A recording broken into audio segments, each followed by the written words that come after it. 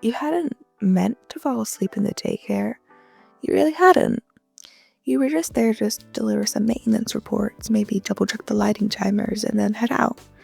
But you'd underestimated how warm it was inside, the padded sun-themed playroom, and how hard it was to sleep that night.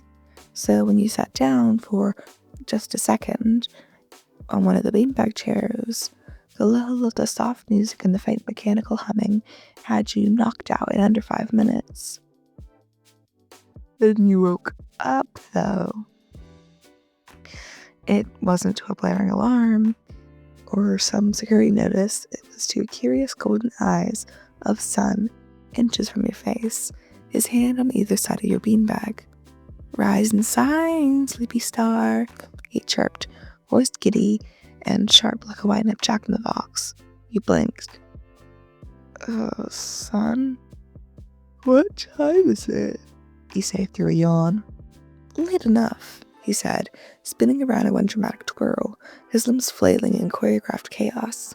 "You missed lunch, you missed playtime, you missed craft hour too. I saved you a glitter glue masterpiece, though." He sat up slowly, groggy and disoriented.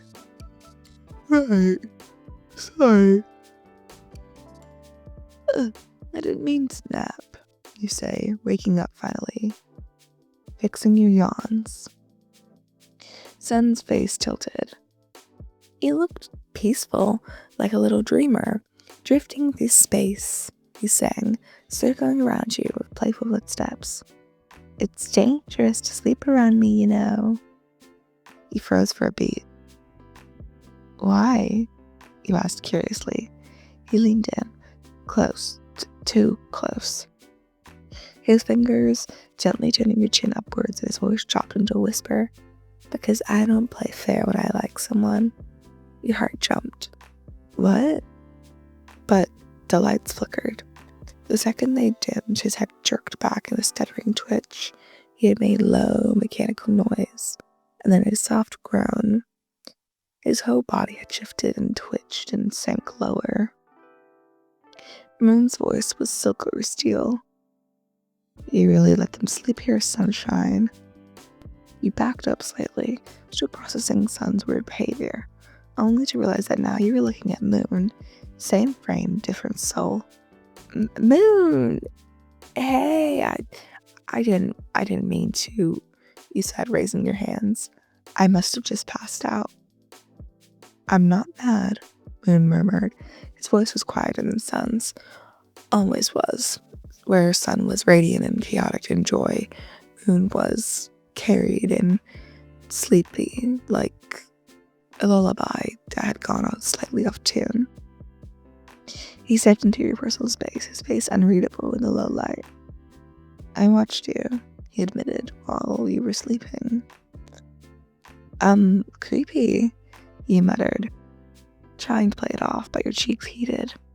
His hand rose to your cheek, the cool metal surprisingly gentle. "You talk in your sleep." You scoffed. No, I don't actually." "You said my name," he shot back. You froze. "I did?" You muttered, slightly embarrassed. Moon hummed. "And his name." You felt burns break down your neck.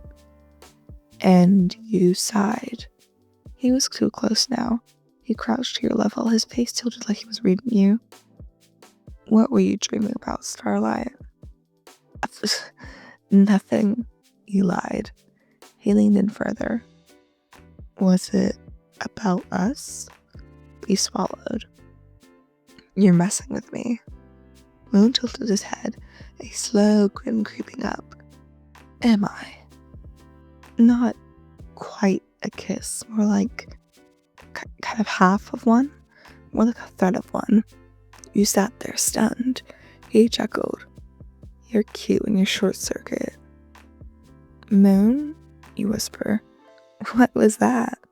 Before you could answer, the lights flickered back on, and with a flurry of whirls and clicks, Moon flinched his posture, rising sharply and twisting back into the bouncy, twitchy form of Sun. "Ah, no, no, no," Sun cried, howling away from you with over-the-top energy. "Moon, that's naughty, that's not allowed." You started it, you muttered under your breath. Sun froze mid-hop, twisting his head towards you with exaggerated curiosity. What do you mean? You slowly stood. You leaned into it earlier. You said you liked me. His rays twitched inward slightly, and he made a panicked, embarrassed noise, shaking his head like a wind-up toy malfunctioning. I don't doubt that was Moon. I mean, technically it was me, but is this a bit? You asked, suddenly confused. Or are you both into me? Silence. For once, Sun didn't have a quick and quickie response. Then, slowly his rays tilted upwards like a sunflower, turning towards a dangerous idea. Would that be a bad thing? He asked. You didn't answer right away. You crossed your arms. I don't know. Would it be weird? Sun was quiet, then softly. I think we both like you in different ways. You looked at him, really looked at him. Sun's nervous fidgeting, the almost humid way that he wrung his hands together, and Moon's eerie calm. The way he moved like water, the way he touched your face like he'd done it 1,000 times before. I don't know, I don't want to be a game to you guys. You're not, Moon's voice said from the speaker overhead. Somehow he was still persistent even when Sun was in control. You jolted. That's not creepy at all, he said sarcastically. Sorry, he replied. He didn't sound very sorry, but yeah. Just watching, listening, Sun grumbled. He does that a lot. Moon replied lazily. Someone has to keep you from kissing them first. Sun gasped.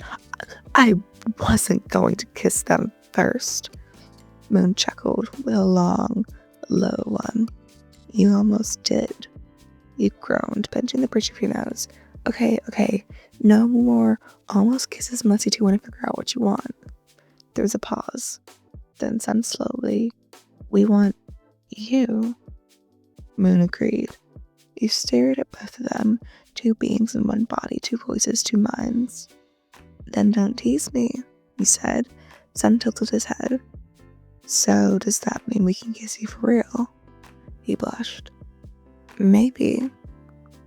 That was the only warning before Sun rushed forward, scooping him in his arms and spinning.